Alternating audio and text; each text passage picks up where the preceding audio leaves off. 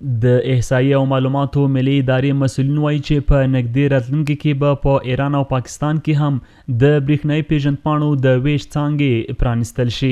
د دغې ادارې ویان محمد حلیم رافع وایي اوس مهال په ایران کې شاوخوا 15 میلیونه او پاکستان کې شاوخوا 3 میلیونه افغانان ژوند کوي چې دوی ته د اسانتیاوو د برابرولو او د ګڼې ګوڼې د راکمولو په موخه دغه اقدام کوي.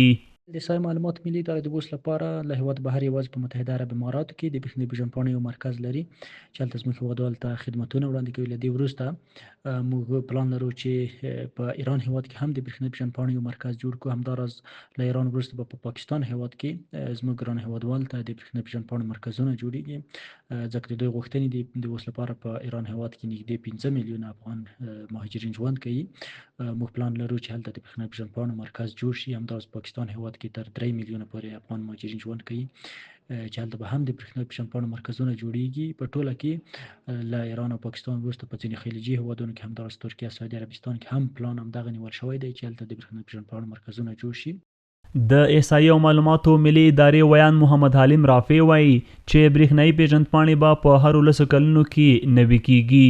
د نوموړي په خبره په دغه موده کې د خلکو په ظاهري څهره د ګوتو او سترګو په نښانونو کې تغییر راځي.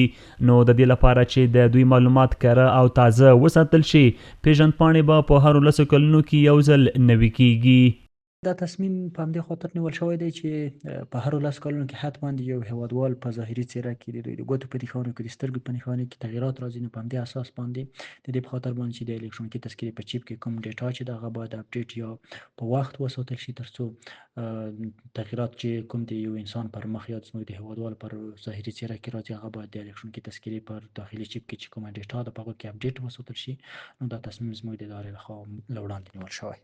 د احصایې او معلوماتو ملي ادارې د وروستیو ارقامو له مخې په ټول هیواد کې شاوخوا 15.5 میلیونه برېښنایي پیژندپاڼې ویشل شوي دي چې له دې جملې شاوخوا 9 میلیونه د اسلامي امارت له راتګ وروسته ویشل شوي دي. د یادونې وړ ده چې په ټول هیواد کې د برېښنایي پیژندپاڼو د ویش 6 څانګې فعالیت کوي چې په ورځني شکل شاوخوا 10,000 برېښنایي پیژندپاڼې ویشي.